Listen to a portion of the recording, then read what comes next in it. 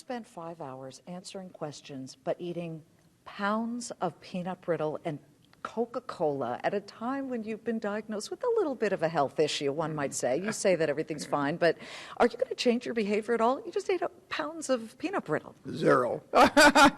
This behavior's got me to 81, and all I've got is a little prostate cancer that wouldn't even need to be treated. So I am fine with what I'm doing. And you're feeling well? You're not fatigued today? No, not in the least. Not in the least. A very important question came up from one of the shareholders, and everybody, I could see collectively, sat on the edge of their seats, and that was, if the corporate tax rate were to be brought down, would that help jumpstart the economy? Now, you said no because there's a lot of liquidity, but everybody waited for you to say what would jumpstart the economy. Well, do you have the idea? What will jumpstart the economy is more household formations, and the more households that are formed, the quicker we eat up the excess housing inventory, which is being eaten up. And I would say in a place like Omaha, it's very small in the way of an excess inventory.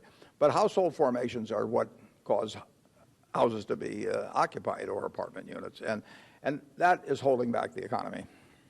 Charlie Munger said that he figured we'd absolutely eventually see a value-added tax. Do you think we should have that, and why? I'm not excited about a value-added tax because it's basically not a progressive tax. I mean, and I believe in progressive taxation in an economy with enormous.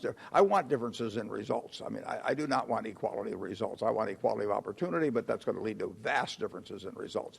But I think the tax code, to some extent, means that the people that get the wonderful opportunities in life like I have should be paying more than the people that have gotten the short straws. And a value-added tax, like a sales tax, cuts across the board. I know we've started to hear people talk about pushing for raising the minimum wage because a lot of people are working minimum wage jobs. Should we raise the minimum wage? The problem with the minimum wage, raising the minimum wage, is that it takes people out of the labor force. I mean, a market economy is brutal in many ways. It's wonderful. I mean, it's created this country and done wonders for the country overall.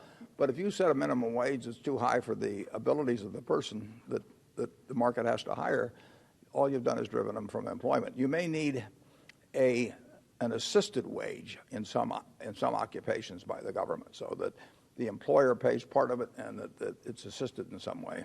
A lot of interest in your potential successor. And you said something today where you said to the shareholders, you need not worry about my successor. He has the Berkshire culture embedded within him. Yeah. So it's a man.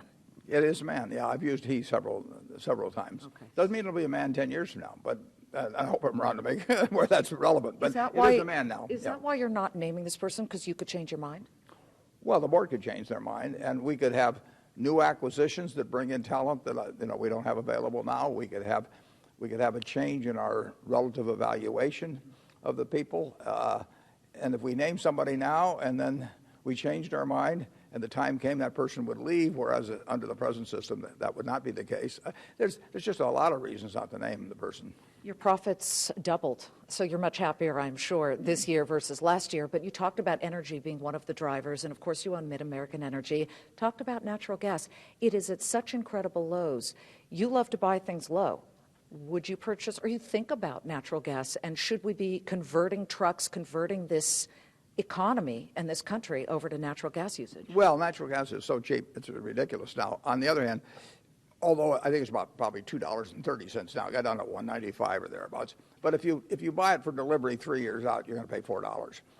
If you buy it for delivery 1 year out, you're going to pay about $3.40. So if you're going to convert things, you can't really look at the spot price. You have to look at the futures price, and so you can't extrapolate out to $2 and make decisions based on it. It still looks cheap if you look out at the futures prices, but it doesn't look as dramatically cheap as if you look at the spot price. You just said you bought 2 businesses in the Netherlands. What did you buy? Well, we bought one business. We bought a poultry equipment business that fits under our company CTB. We've got a terrific management at CTB, and I love the idea of Vic Mancinelli, who runs that, getting another business to add. You said that you might get more into newspapers, but you think it's stupid that some newspaper owners ended up putting that same paper that people pay 50 cents or $1 for up on the web for free. Will you change the business model of the Omaha World Herald or the Buffalo News, and will you buy more newspapers? I think both of those papers have actually made some modifications or are in the process of looking at making a modification. The Gannett papers, you've got dozens of them making changes. This is something that's happening in the newspaper business right now. For the last 6 or 8 years, almost all the newspapers have given away on the net what they were selling. But that has changed. That has changed and is changing big time right now. And I wouldn't be at all surprised if we buy more newspapers. Okay, thank you very Okay. much. Thank you.